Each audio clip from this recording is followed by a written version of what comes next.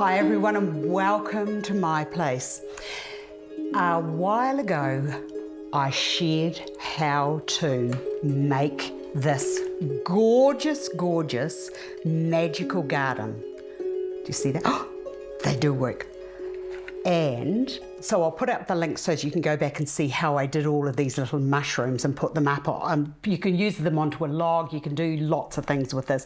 But when I came up with this design, I knew that it would be a design that I could put away and bring back. So it actually sits on this log like so, just like that.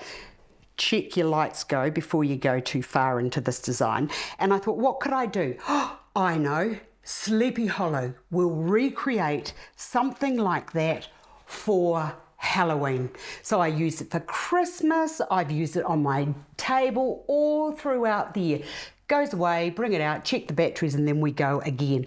I absolutely love it. And then when I was thinking of Halloween, you know, I got to thinking of Sleepy Hollow and how could I spook this up so that kids would love it. So this is what I wanted to share in regard to how easy it is once you've got this structure to do lots and lots of things with. So a couple of skulls, you can fill these up with whatever little treats that you want.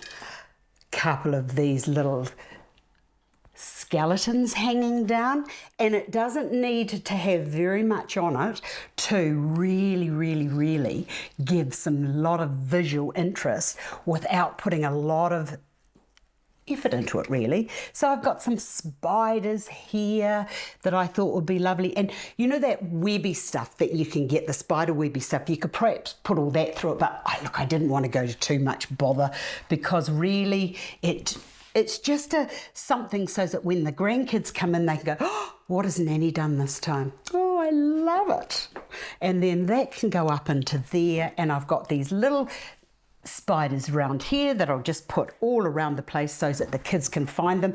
And the little wee game that I play with the kids is I get them to find out how many spiders are in here, how many skeletons, and there's all these little things that are hiding around into the design, and they just love it. And I was just going to say, what is that? Oh my goodness, I thought that was a real spider, but it's not, it's a bit of fluff. And then if you wanted to, you could put some more mossy balls around here, and because I can see that battery there, I'm just going to cover that with some of those, another one down to there. In fact, I'm going to stick the spider onto that. Oh, the kids will love it. Look at that.